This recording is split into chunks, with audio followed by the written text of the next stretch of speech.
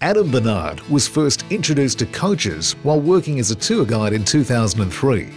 Motivated by his passion to further showcase Western Australia, he purchased his first coach 2 years later and formed Adams Coachlines.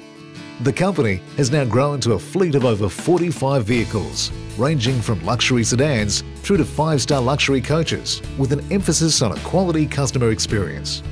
Adam has achieved a phenomenal amount in only 6 years. But like he will share with you, it is hard work and can come at a cost which you have to be prepared for.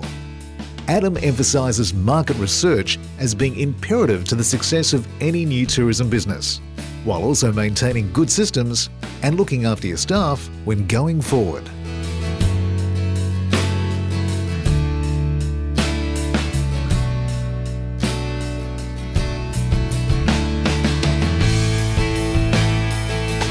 In 2005, after doing around 3 months of research into the industry, we decided to buy our first coach, which was a pretty big decision because they're quite expensive, those coaches. From there, we continued to do research into the market and see sort of what was failing, what was working, and that meant interviewing a lot of drivers and asking questions, and also applying for jobs at other companies at that stage. I think one of the main attractions to the tourism industry was the diversity of people that we work with, and obviously the opportunity to showcase Western Australia. I'm very proud West Australian. I love this state, and I think it's a really good industry to be involved in if you want to showcase that to people. I guess one of the most important things is to do your research. I think people that get involved in the tourism industry without a lot of research are making a very grave mistake that they will regret, at some stage in the future. So I think research is probably the most important aspect of being involved in tourism in Australia. It's taken a very big toll on me personally. I suppose one of the things that you need to be aware of is that it's a job that is going to consume you. It's not something where you get up and start at 9 AM and finish at 5 PM.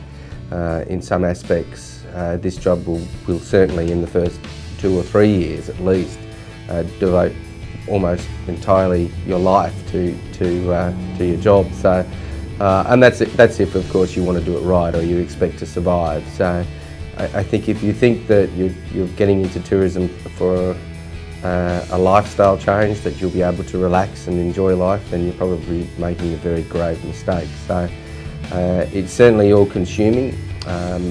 From a personal perspective, I was hospitalised probably 3 times in the first 2 years from exhaustion. So that gives you an idea of how hard you must be prepared to work if you want to be successful. Certainly people that go into the tourism industry expecting to spend more time with their family are in for quite a big shot. It obviously creates a lot of friction and tension because you're working very long hours. You also have the financial pressures of starting up a new venture, which is something that you really must take into consideration. In tourism, you don't instantly start making money. I think people have a bit of a warped view on that industry and making money. Certainly you lose a lot of money before you start making money. So it takes a very big toll on you and your family for financial reasons, as well as obviously the friction of usually working together. It's very common in those early days that you will work closely with your family, which can lead to a lot of problems and a lot of tension. Okay, the best piece of advice I can offer somebody is to make sure you do your research. Research is very important.